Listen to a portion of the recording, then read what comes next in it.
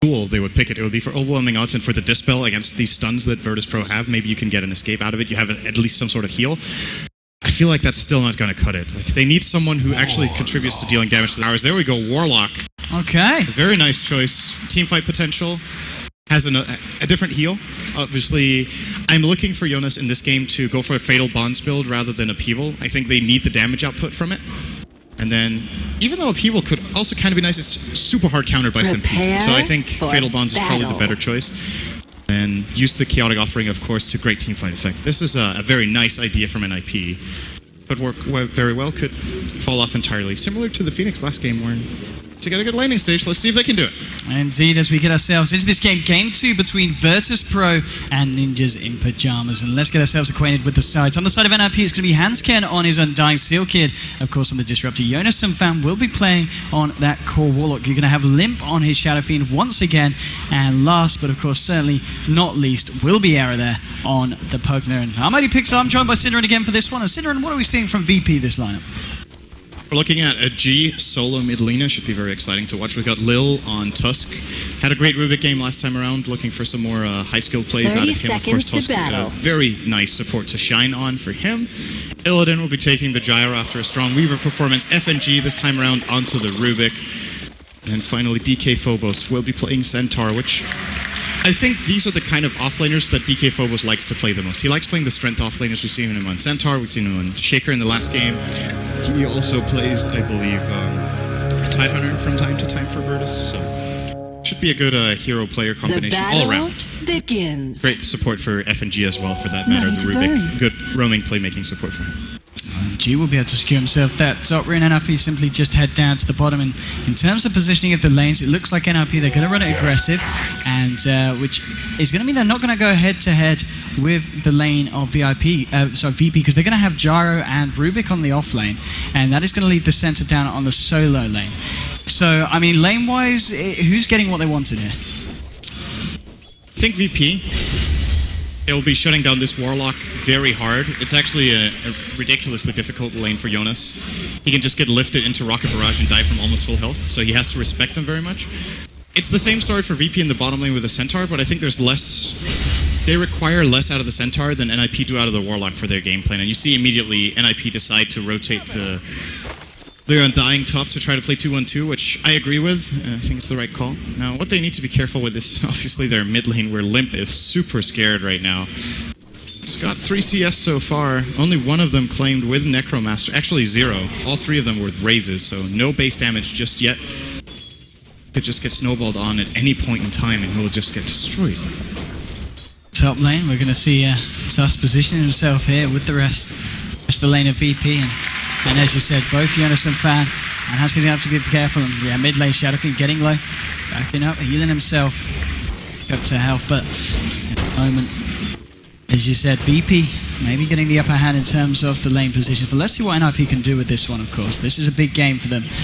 Winning this will enable them to go through to that final deciding match. If they drop this, they'll be going down to play against Alliance in the losers bracket, which is a position that neither of these teams are going to want to find themselves in. Absolutely. Already a mid lane, G dominating the Shadow Fiend. You can just tell that G doesn't care about the supports, right? He knows Undying is laning top, and he doesn't think that Disruptor can actually gank him because he's level 1, so there's no kill potential. So he's playing very high up on the enemy cliff, bullying out the Shadow Fiend. He's currently 11-6 against 4-0 on Limp, who fortunately for him at the very least finds a bounty rune, but he is struggling for farm. And I was about to say it's only going to get worse. I don't think that's the case. When Shadow Fiend hits level 5, he will be able to raise farm, but until then, he's got a very good grip on this lane. And in addition to that, the Centaur bottom actually doing very well for himself. Era's going to get jumped on, though. Good defensive TP from Seal Kid. Will get the glimpse, but that is not the glimpse he was looking for. Actually saving Lil. Very nice little surprising. fun here. I mean, they've got the Gripfire. Era trying to move in with the blast, but actually the creep's blocking him up there. He's not going to be able to finish that one off, but well, at least there, the side of NiP, they don't lose anyone in Era. He's able to keep himself alive with the help of Seal Kid. Yeah, I think Seal Kid had to glimpse there, though. Or he didn't have to glimpse. He could have not cast it, but if he wanted to try for a glimpse that would actually bring Tusk back into trouble, he would be outrun by the boots. Anyway, he was almost using it on max range already, so had to make the decision there. Tried for it, didn't get anything out of it. It's a similar start to last game where VP are aggressing on a lane, defensive TPs from NiP. They reinforced their top lane with Undying. Now they TP Disruptor bottom. Nothing gained. They're trying to contain the top lane as much as they can, as we saw them dropping the Tombstone. They're forcing back the side of VP, trying to find the space for Jonas and Fan to find the CS. And in terms of farm, yeah, Arrow's up. He's on for 16 for 5 at the moment. And Jonas and Fan is finding a bit, but still Centaur and Gyro just with a slight edge. But it's early days and very close between these two sides. And with NiP's kind of lineup, if they are able to get the ball rolling and start to take the towers, it's going to be a very momentum-heavy game in the sense that VP are going to have quite a lot of trouble playing from behind. Kind of in a similar situation to how NiP were with their draft in Game 1, if it gets to that point. Absolutely. It's all about NiP hitting their timing window. Get level 6 on Warlock, get level at least 7 on Pugna, so you have 4 Nether Blast, a couple points in Nether Ward, and then you look to run down a lane and take a good fight. If you take a single bad fight where you get like cleaned up, I think you almost just lose the game. But it's a similar situation for VP. If they try to take the fight and get run over, they lose not only their heroes, but definitely 1 or 2 towers in the process, and maybe even more. So very important team fight kind of game. But I think Virtus Pro in this game will be looking to skirmish once again, where to try to spread the map out a little bit so NiP don't get to group up. The good news for NiP is that they haven't lost a hero in the first 4.5 minutes, so that kind of favors their game plan a bit more. And Limp, they're actually opting to walk right back to base here, so this is going to give more space and time for this Lina, who, as you were saying earlier, is dominating this lane. 27 for 10 at the moment. G is having an absolute field day there in the mid. And, well, nice Seal Kid looking for a bit of a wraparound, trying to get the damage onto Phobos, so he's got a point in return, so he's going to actually try and turn this one around. Lil moving in with a snowball. They're going to go on to Seal Kid. They're going to find the Who Stomp as well. The blast is going to come out from Era, trying to do as much damage as he can in return. It doesn't matter. They will get first blood there. Lil very nicely with the rotation on the Tusk, and that's the power of the Tusk there, just enabling to turn any lane into a very favourable skirmish. And that's the crazy part. He's level 1. There are very few supports in the game that can do this with level 1. Oh, nice Ice Shards as well onto Aaron. That was beautifully executed. Kill once again here from Lil. Getting a secondary. I mean, that's bad news to me. Yeah, and these are big kills for Lil, because as you said, he's going to be sitting around mid. He's remained at level 1 for a long time in this game, so getting those kills as well, it's going to get him onto the board. And it's 2-0 at the moment for the side of VP. I mean, at what point of the game can we kind of expect to see NiP group up and start to push down the towers? Is it going to be once certain heroes hit 6? Is it going to be once the Shadow Fiend gets his mechanism? I mean, what's the game plan in terms of kind of, targets in terms of the timing? So that's a really good point, because Shadow Fiend's mech is going to be later than usual, and it's a part of their strategy that they really want to use, I think, that was the timing window they would initially be looking for, is Shadow Fiend mech, Warlock 6, Pugna 7. And all of those things can actually come together at around minute 9 to 10. Oh, will it get blown up? That's a big kill there, bringing down Illiton there with the Octa Crepify. The amount of damage flying through there with the 3 points in the curse. Yeah, and the Soul Rip as well, yeah. That hurts. Hell of a lot. Radiant's top tower is under attack. There's one kill for NiP that they desperately need now. To get onto the tower here, and with the Nether Blast as well. Once the tower is open, it's gonna fall pretty quickly. G, of course, level 7, meaning Limp's gonna have to be very careful where he goes. Now with the Snowball coming in, they've got all Laguna Blade as well. This could be a bit of a tricky position for Limp to be in, but no, he's gonna find himself on the right side of the Ice Shards. He's gonna be okay.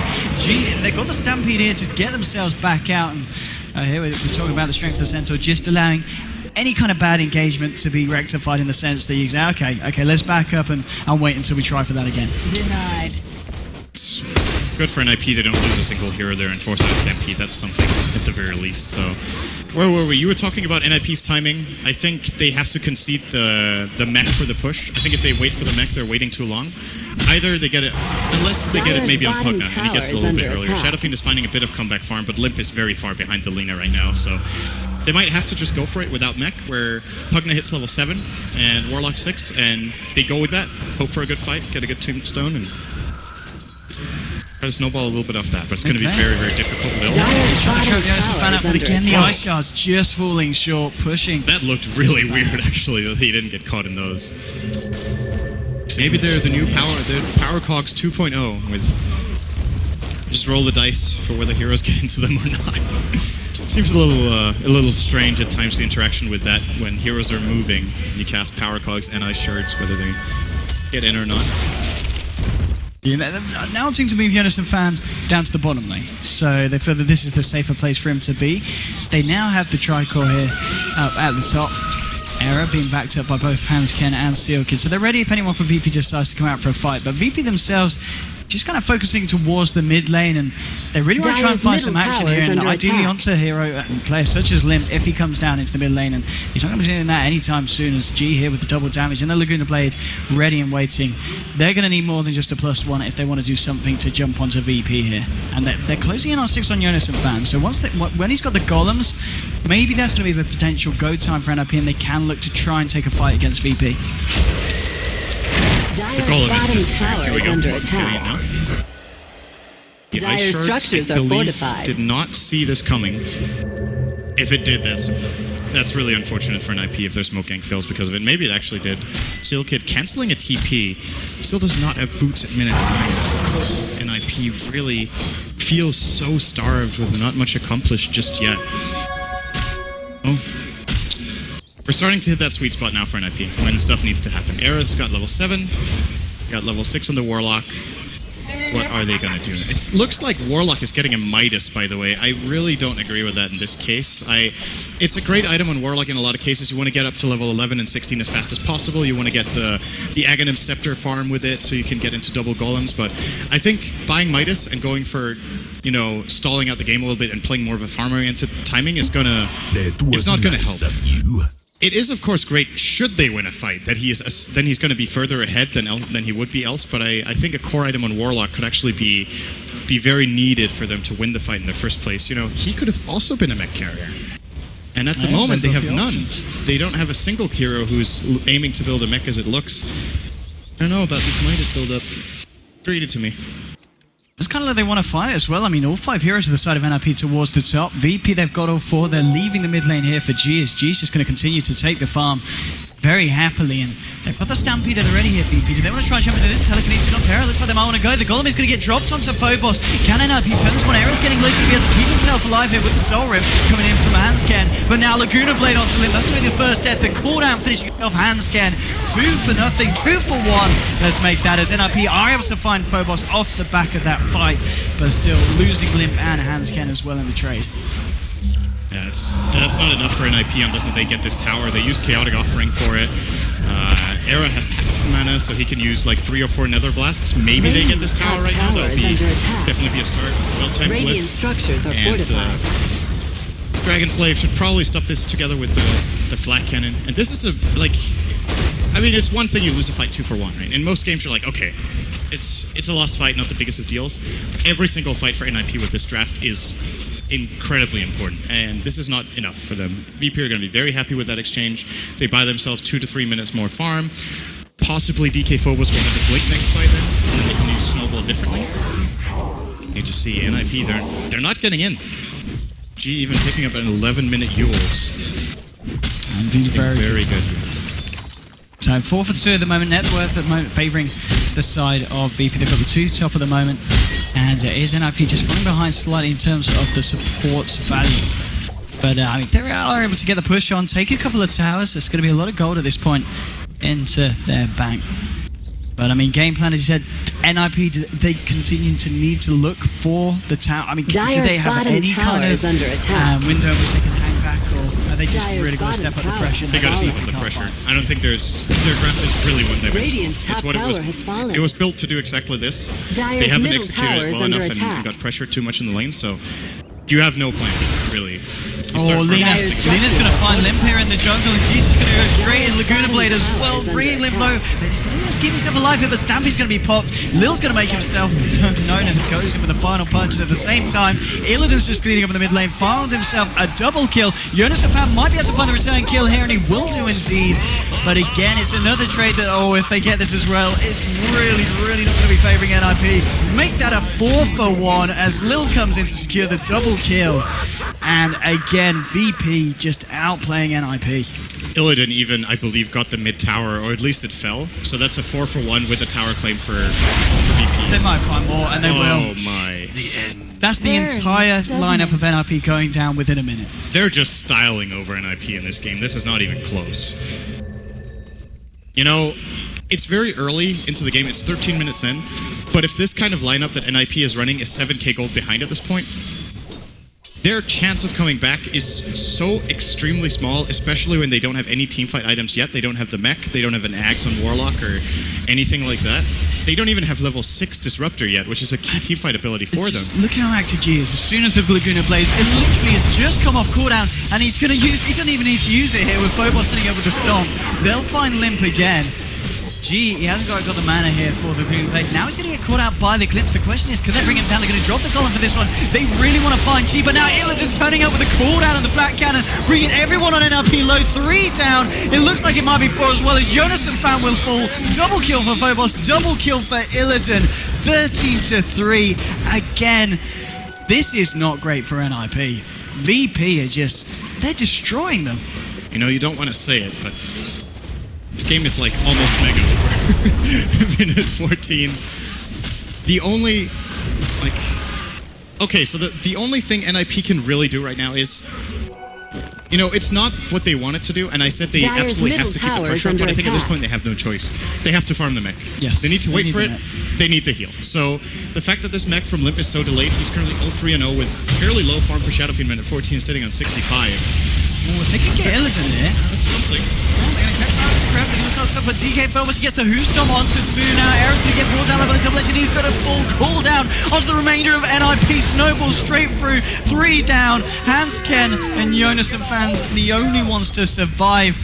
And just the amount of gold and XP now flowing towards the side of VP, it's just so much, and NiP, they're falling behind drastically here. Yeah, so Shadowfiend has to find his mech, which is not happening when he keeps getting ganked like this, and it's just really difficult because they have very little map control. VP are just controlling the map very well, playing super aggressively, and the Shadowfiend has no tools to deal with this kind of a burst lineup coming in on him. If he finds the mech, if Warlock finds an Axe, and they get a successful teamfight, they're going to get a big bag of gold, but it's so many ifs. And until they even have that possibility, they're easily going to lose another 5 or 10 heroes just to the roaming of VP, because in order to find those items, they have to farm. And there's nowhere to farm. Dire's top tower is under attack. He's got an invis written. He might just find a kill with this, moving in close to Jonas and Fan. Can he get the Yules off? Yes, he can. Indeed, he's got the Laguna Blade for this one. He doesn't even need the backup of his team with the punches. The cooldown's going to come through to secure the kill, making it a double kill for Illidan as they find the Disruptor as well. And again, that feels like just the umpteenth fight where VP have found everything and NiP find nothing in return. Absolutely. There really isn't much to say apart from VP are looking super hot in this series. Both Game 1 and Game 2 dominating early aggression, and NiP do not have the answers for it in either of the games. Dire's top tower is under attack. Assuming that VP win this game, which looks like is definitely going to be the case, I feel like they're the team that has looked the absolute strongest by quite a margin. Even though Na'Vi have looked really, really good against Alliance, I think VP are just that extra, they have that extra step of execution and early aggression. He's going to walk into Illidan's got a haste, he's just going to chase this one down. He's going to get forced back by Era here. Limp's going to live this time. Yeah, Illidan deciding against diving that deep. Dire's top tower has fallen. VP are not giving them space to breathe. It's actually really beautiful to see how it's like, I don't think there has been, after the early game where not much happened for the first 5 minutes, there hasn't been 30 seconds without VP engaging somewhere. And almost every single time it's resulted in a kill or two. So NiP never get the feeling that they get their ultimates back for the next fight. Because the next fight is coming so soon that they don't even get time for their cooldown to come back. There you go. Another blast going to be stolen for FNG, going to help nicely with the push. And worth noting so far in a game with 18 kills for VP, Ruby's not been involved in anything. So yeah, not a single kill, not a single death, and not a single assist. So they've not even needed FNG. It's yeah, that's true. I actually can't believe it. It's quite something that Jonas and Fan, he's lucky to get himself away that does TP out in the tree line, but 18 kills and your Rubik hasn't been like what? Yeah. No one has ever done that in the history of Dota. Well, Glimmer Cape now on your Tusk. What's the difference looking like in terms of net worth? If the crowd might want to cover their eyes here, because not pretty, not pretty. It's about 1,000 gold per minute lead for VP here. And Limp, there's a missile closing in on him. G's just going to look for him in the jungle, and well, there's any way this guy gets out of this one, and no, Limp is going to get taken down. Unstoppable kill streak now.